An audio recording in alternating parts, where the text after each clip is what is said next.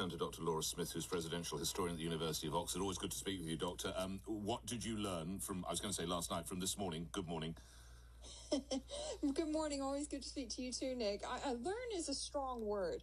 No, I think Donald Trump was very smart, and in the sense that he highlighted, I don't know whether it was off the cuff, he certainly made it seem off the cuff, this sort of, whatever I say, you Democrats are going to disagree with me.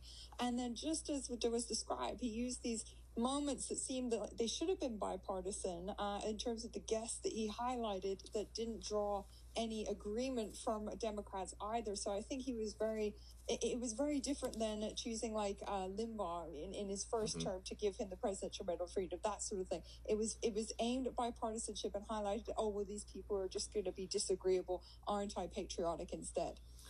Doctor, do you sense we've moved closer to a peace in Ukraine?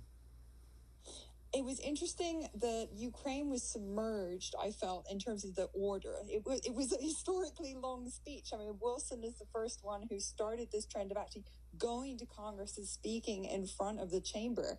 But before then, they were really long, substantive reports. So this idea of making them shorter, now longer, it's interesting that Ukraine was really submerged, and it took him a while to get to that. So and when he did, it was very brief. It sounded certainly more positive, but it would hard to see how it be more negative considering the actions that he's taken in recent days. Noting your reference to how partisan it was, and without wishing to cause you any offence, can I put it to you, it's not a very united States at the moment? No, and then, of course, the question becomes, when has it been united? Certainly not in my student's lifetime, unfortunately. So it's hard to sort of grasp a moment when if the opposing party, if the Democrats can't even decide how to object, what are they going to agree on? What do we make of Elon Musk's work, Doctor? Elon Musk is certainly causing waves, and it's going to be interesting. Certainly the polls in terms of Americans' impression of the speech, it seemed to be that it was partisan viewing.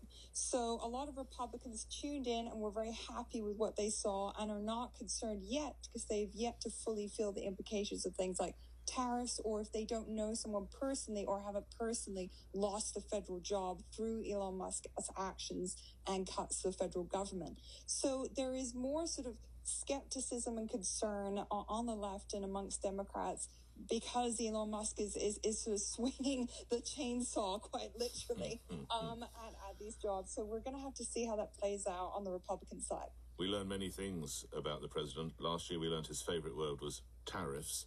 There will have been diplomats in embassies around the world watching nervously last night or this morning. What do we take for the position now as regard trade wars or tariffs, Doctor?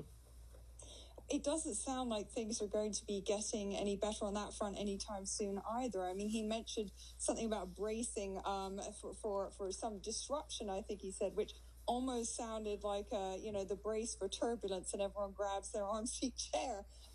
So it's something that I don't think a lot of people, it's certainly the lack of detail. Before he was elected, even though, as you said, he ran on tariffs, people thought that, oh, well, maybe this is a ploy to get people to the bargaining table. But from what he said tonight, it certainly sounds like he's stuck in for the long haul on this. Lastly, I'd be really interested in your take on the Vice President, J.D. Vance, both his position he took in that White House dust-up with Zelensky and his comments yesterday in which he seemed to impugn the armies of both the United Kingdom, France and other nations. Doctor, how has he emerged from this? What's interesting is the fact that normally foreign policy is a reserved role for a president. They can really exercise their power very effectively. So to have a vice president step up, we haven't really seen it since Dick Cheney. He was the sort of right-hand man really into foreign policy pre-9/11 as well. But now J.D. Vance has sort of taken it upon himself with very strong views, very conservative MAGA views when it comes to this sort of more isolationist, unilateralist approach.